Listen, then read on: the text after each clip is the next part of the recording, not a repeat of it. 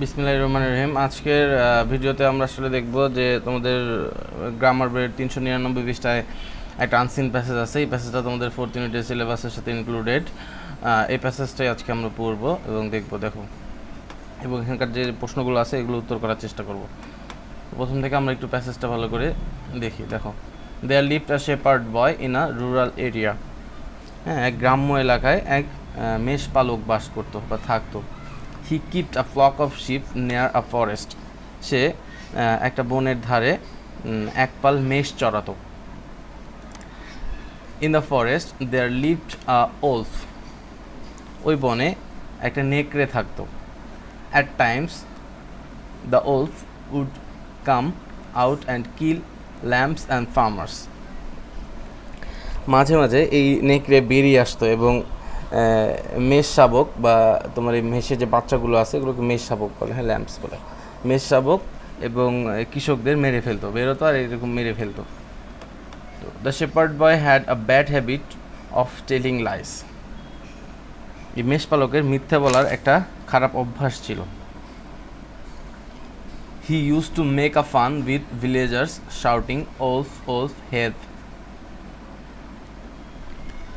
সে নেকড়ে নেকড়ে বাঁচাও বাঁচাও বলে চিৎকার করে গ্রামবাসীদের সাথে মাঝে মাঝেই কী করতো, মজা করত। The villagers would think that the young shepherd boy might be in danger. গ্রামবাসীরা ভাবতো বা মনে করতো যে এই মেষপালকটি আসলে বিপদে হয়তো বিপদে পড়েছে, এরকম ভাবতো। The villagers rushed to save the shepherd boy with sticks, spears and tools. গ্রামবাসীরা লাঠি, বর্ষা এবং সরঞ্জাম, বিভিন্ন ধরনের সরঞ্জাম নিয়ে এই মেষপালককে বাঁচানোর জন্য ছুটে যেত। But they would find no wolf. কিন্তু তারা সেখানে গিয়ে কি কোনো নেকড়ে খুঁজে পায়নি বা নেকড়েকে পায়নি বা নেকড়ে দেখা পায়নি। Seeing the villagers the shepherd laughed at them. এই গ্রামবাসীদের দেখে এই মেষপালক আসলে হেসেছিল, তখন তাদের দেখার পরে হেসেছিল। এমনি তারা উপকার করতে গেছে আর ও দেখে হাসছিল, মানে মজা করতেছিল আর কি। The villagers would become annoyed and return to their work. গ্রামবাসীরা খুব রাগান্বিত হয়েছিল এবং তারা আবার তাদের কাজে ফিরে গিয়েছিল।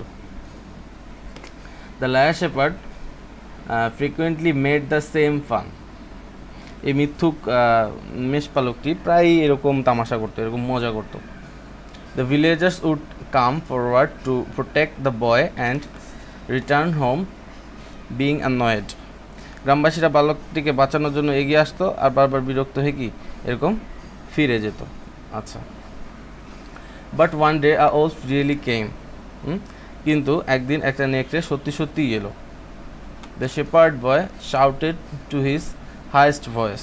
এই মেষপালকটি তার সর্বোচ্চ স্বরে, তার কণ্ঠ যত জোরে সে চিৎকার করতে পারে এরকম জোরে চিৎকার করলো। হ্যাঁ, the village people heard his shouting but did not stretch their helping hand. তো এই গ্রামের মানুষেরা তার এই চিৎকার শুনেছিল, কিন্তু তারা কি তাদের সাহায্যের হাত বাড়িয়ে দেয়নি। The wolf killed all his sheep.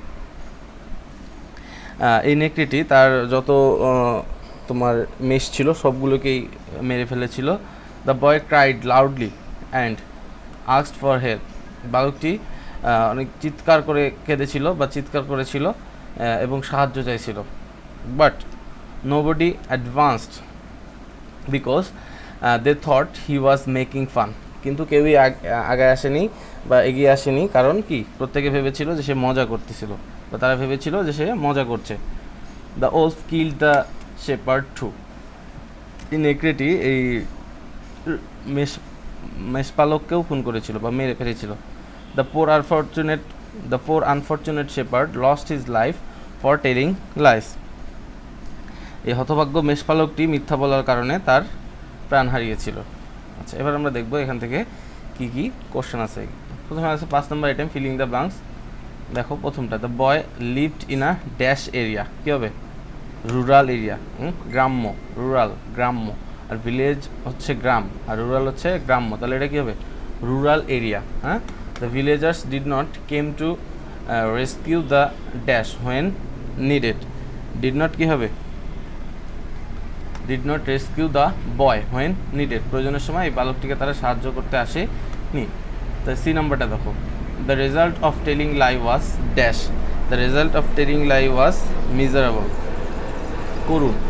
এবারে দেখো ডি নাম্বার দেখো, বলছে the boy made dash with the villagers, made fun with the villagers. এবারে দেখো এই নাম্বারটা, we should not dash a lie, কী হবে? We should not tell a lie. Okay, এরপরে আমাদের আছে কিছু ট্রু ফলস, ট্রু ফলসগুলো আমরা একটু দেখে নিই। The boy was a boy who takes care of chickens is a shepherd boy. হ্যাঁ, একটা বালক যে মোরগ মুরগিদের দেখাশোনা করে সে হচ্ছে মেষ বালক, না, এটা আসলে false. The boy lived in an urban area, এই ছেলেটা শহর অঞ্চলে থাকতো, না, শহর অঞ্চলে তো থাকতো না, রুরাল এরিয়া, গ্রাম্য অঞ্চলে থাকতো বা গ্রাম্য এলাকায় থাকতো। সি নম্বর বলছে by telling lies the boy made the villagers fool, মিথ্যা বলে বলে বালকটি গ্রামবাসীদের বোকা বানাতো। হ্যাঁ, ট্রু, সি নাম্বার হচ্ছে ট্রু। এবার ডি নাম্বার দেখি, the result of telling lie is miserable, মিথ্যা বলার পরিণতি করুন। হ্যাঁ, ট্রু। এবার ই নাম্বার দেখো, the villagers became glad not to see any wolf, কোনো নেকড়ে না দেখতে পেয়ে গ্রামবাসী খুশি হয়েছিল, না, খুশি হয়নি, তারা রাগান্বিত হয়েছিল, অ্যানয়েড। হ্যাঁ, এফ নাম্বার দেখো, the boy made fun with the villagers, বালকটি গ্রামবাসীদের সাথে তামাশা করতো, মজা করতো। হ্যাঁ, ট্রু, মজা করতো। এরপরে আমাদের কিছু কোশ্চেন অ্যান্সার আছে, এগুলো আমরা একটু দেখি। প্রথমে আছে এ নাম্বার কোশ্চেন, তো যেটা যেটা দাগানো যায় এটা আমি দাগিয়ে দিচ্ছি, আর যেগুলো দাগানো যাচ্ছে না সেগুলো তোমাদের অ্যান্সার পেপার থেকে পড়ে নিতে হবে। আচ্ছা, তো প্রথমে আছে হচ্ছে তোমাদের A number, what was the job of the shepherd boy. তাহলে এটার উত্তর কি হচ্ছে? এ নাম্বারটা দেখো, A number, what was the job of the shepherd boy, shepherd বয়ের কাজ কী ছিল? The shepherd boy keeped a flock of sheep near a forest. তাহলে এটা প্যাসেজের মধ্যেই আছে, আমি তোমাদের দেখো দাগিয়ে দিচ্ছি।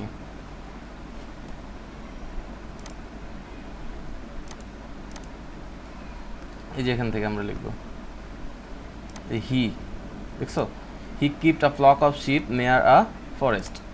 ওকে, আচ্ছা, তো হি এর পরিবর্তে আমাদের কি লিখতে হবে বলো তো? হি এর পরিবর্তে লিখতে হবে দ্য শেপার্ড বয়।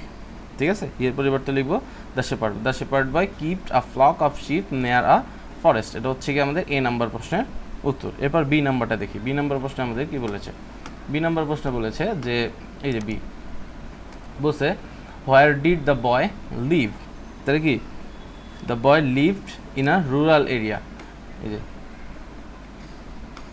এখান থেকে লিখব দ্য বয় লিভ, না হয়ে কি হবে বলো? লিভড। কেন লিভড হবে? কারণ প্রশ্নে কি আছে?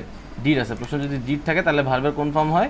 পাস্ট ফর্ম হয়। দ্য বয় লিভড, তারপরে প্যাসেজের এই পার্টটুকু লিখবো, এই যে ইন আ রুরাল এরিয়া। ঠিক আছে, the boy lived in a rural area. আচ্ছা, এরপরে আসবো আমরা সি নাম্বার প্রশ্নে। সি নাম্বার প্রশ্নে কি বলেছে? বসে who came to rescue the বয়।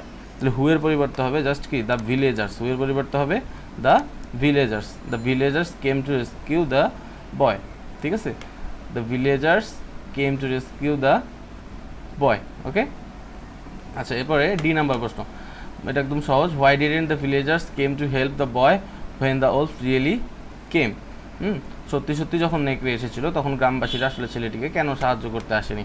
হ্যাঁ, তাহলে এটা উত্তর আমরা এখান থেকে লিখবো, দ্য ভিলেজার্স, এখান থেকে স্টার্ট হবে দ্য ভিলেজার্স, তারপরে আসবে ডিড নট। এই যে ডিড নোটটা আছে না, এই ডিড নোটটা আসবে কোথায় বলো?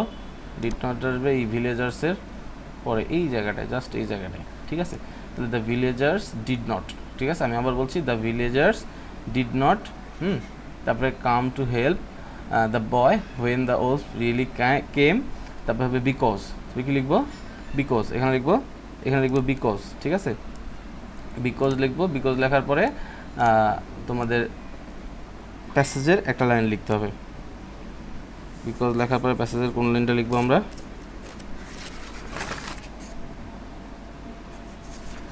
প্যাসেজে চলে যাই,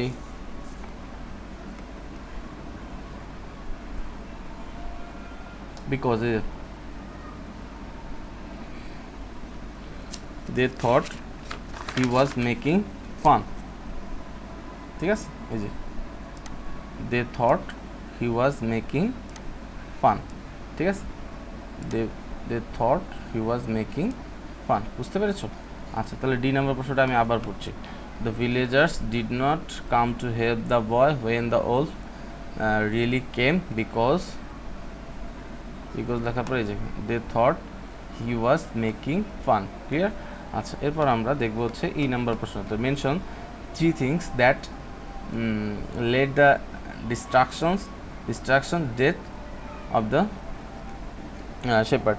এরকম 3টা জিনিস বা 3টা বিষয়ের কথা উল্লেখ করতে বলছে যা এই মেষপালকের ধ্বংস বা মৃত্যু ডেকে এনেছিল।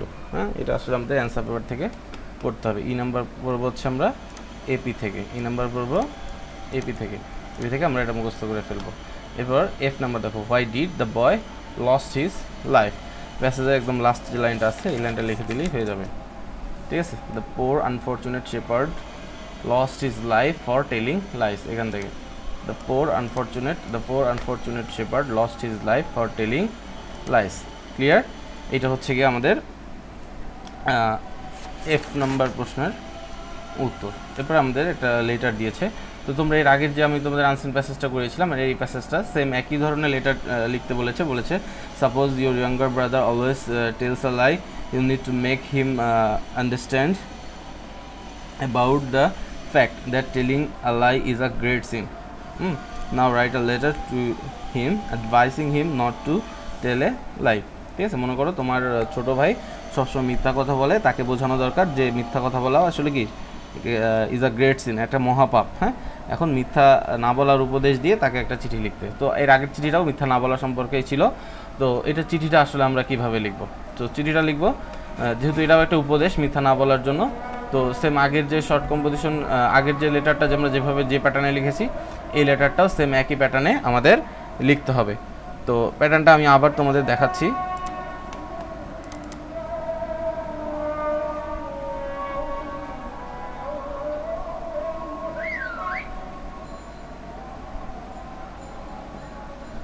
একটু সময় লাগছে ওপেন হতে ফাইলটা। আচ্ছা, ওকে।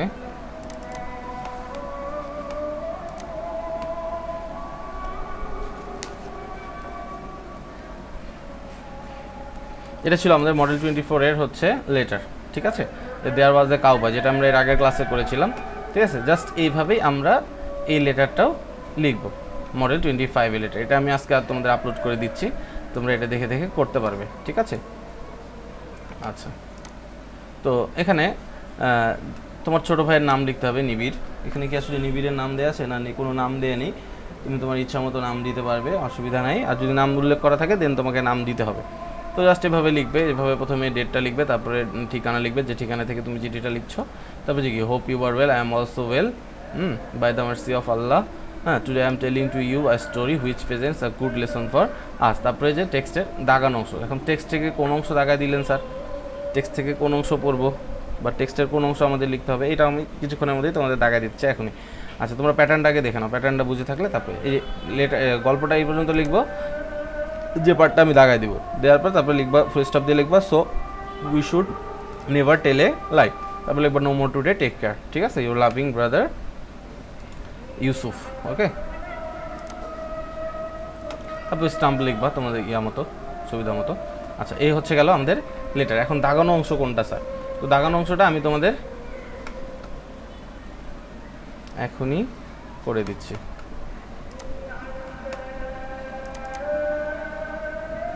দেখো, আমাদের লেটারের জন্য যে পার্টটা দাগাতে হবে, লেটারের জন্য আমাদের যে অংশটুকু দাগাতে হবে, একটু দাগিয়ে না, আমি লাল কালি দিয়ে দাগিয়ে দিচ্ছি। ওকে,